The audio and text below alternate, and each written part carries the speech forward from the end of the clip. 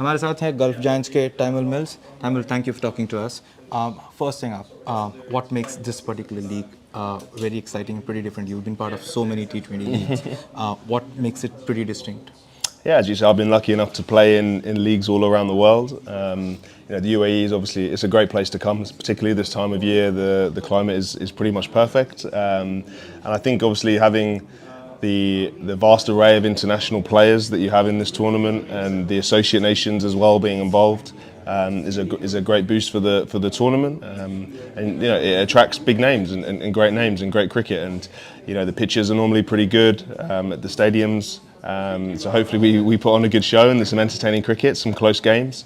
And yeah, it's a great chance to also give back to the local players. The UAE players I know benefit a lot from this tournament. So again, I hope that continues this year. Trust me, you're one of the few fast bowlers who've told me that the pitches in UAE has been pretty kind to fast bowlers. You think pitches in the UAE is pretty good for producing some high quality T20 cricket? Is it more kinder on the batters more than the bowlers? I think it's pretty even. I think it depends. You go ground to ground. Sharjah's maybe not quite as batting friendly as what it used to be. It used to be if you're a bowler, you'd forget your spikes if you had a game in Sharjah because you didn't want to bowl there. Where now it's actually a bit tougher to score. So there's that, and then Abu Dhabi's quite a traditional cricket ground.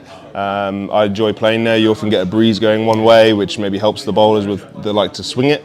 Kind of Dubai is kind of in the middle, I guess. It's a bit more kind of normally 150 to 170 is a good score in Dubai. But obviously, if you get a short boundary one side, then that can help the batters as well.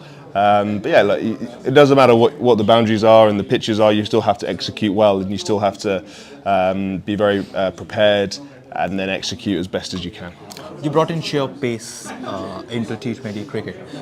You think pace per se has got a very, very big role to play in T20? Otherwise, we've seen a lot of fast bowlers trying to go back of the hand, go far and wide, slower yorkers, slower bouncers. You think pace has still the best weapon when playing T20 cricket? Oh, I don't know if it's the best weapon. There's many ways to skin a cat, as you say. I guess it's about being smart. Your brain is probably the best weapon, is knowing which balls to bowl when. And then obviously executing those deliveries as well. So it's a combination of everything. You need to have multiple skills, that is for sure. So whether that be pace mixed with slower balls and yorkers, and then being smart enough, I guess, to get those in the right order, and then making sure you set the right fields as well. So it's tricky being a bowler nowadays. Batters in T20 cricket are very explosive and can hit all around the ground. So it's a challenge, and it's one that I enjoy. Just tell me one thing, playing a lot of T20 definitely makes a cricketer wealthy, but does it make it even more better from a bowler wise that he's adapt to any situation, or just bowling in that particular area makes a person slightly more tricky to adapt to the test cricket or the other formats of the game? Yeah, it depends what your situation is. I only play T20 cricket, so that's where I focus all of my attention and my energy and my thoughts and my training is geared towards T20 cricket.